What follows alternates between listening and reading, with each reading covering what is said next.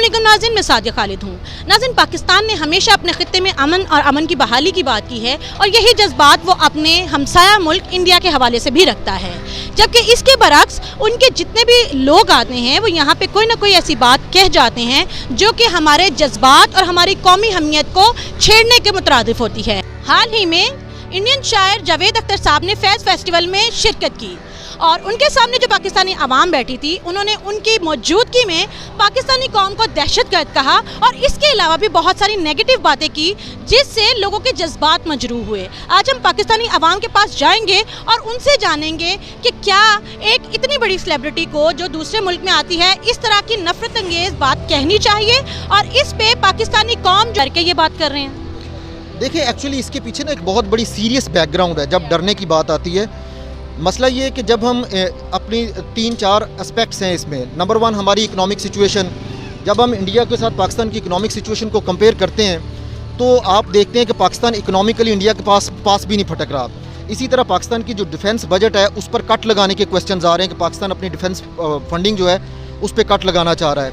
इसी तरह Pakistan international lobbies के सामने जब एक तरह का भीख की तरह मांगेगा कि हमें भीख दिया जाए और नरेंद्र मोदी जो है वो बात करेगा जी पाकिस्तान को तो हम इस लेवल पे ले आए हैं, तो एक ओवरऑल माइंडसेट जो है उसमें सुपीरियरिटी जो इंडिया की है वो एस्टैब्लिश हो रही है।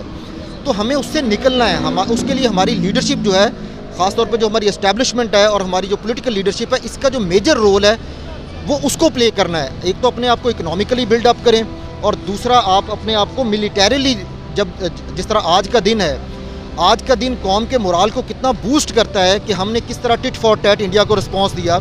और उस दिन आपको ये वाक़या याद होगा कि जब उस दिन 2019 में पाकिस्तानी जो नेशन थी उसके जज्बात कहाँ पे खड़े थे।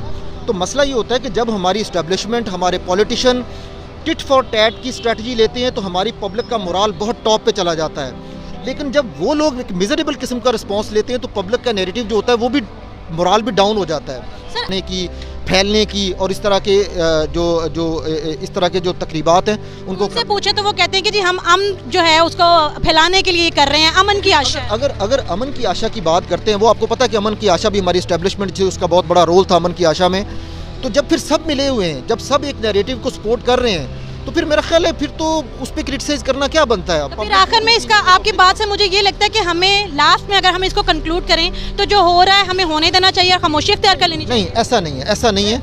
हमें क्या करना चाहिए? हाँ, इसके लिए जो बेसिक बात है ना वो यही बात है कि हमें इस पर पब्लिक ओपिनियन डेवलप करना चाहिए, लोगों का ओपिनियन डेवलप करना चाहिए इसके अगेंस्ट, ताकि ऐसे इतना प्रेशर डेवलप हो जाए कि ऐसे लोगों को दोबारा इन्वाइट ना किया जाए, या उनको इन्वाइट किया जाए तो उनको बता दिया जाए कि हमारे ये पैरामीटर्स हैं, हमारा एक नेशनल एक तशख़्ख़ुस है, इस पे हम कोई कॉम्प्रोमाइज़ नहीं करेंगे और ना ही आप इस पे कोई क्वेश्चन मार्क लगाएं। ये कौन करेगा?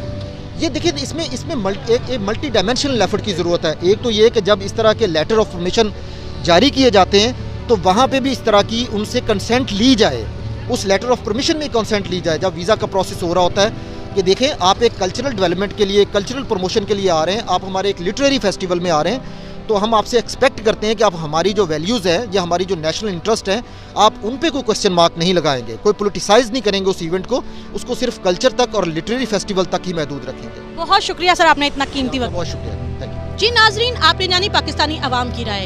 यकीनन जावेद अख्तर साहब एक बहुत कादावर शख्सियत हैं और उनसे ऐसी छोटी बात की उम्मीद और तवक्को पाकिस्तानी अवाम नहीं कर रही थी। उनके अल्फाज ने पाकिस्तानी अवाम और उनके फैंस को शदीद ठेस पहुंचाई है।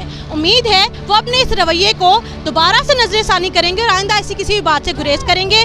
हम अपने तमाम देखने वालों से उनकी राय जानना चाहेंगे कि वो इस बारे में क्या कहते हैं। मिलते हैं अगली वीडियो में। चैनल को सब्सक्राइब करके घंटी के निशान को दबा दीजिएगा। सादिया खालिद को इजाज़त दीजिए। अल्लाह हाफिज।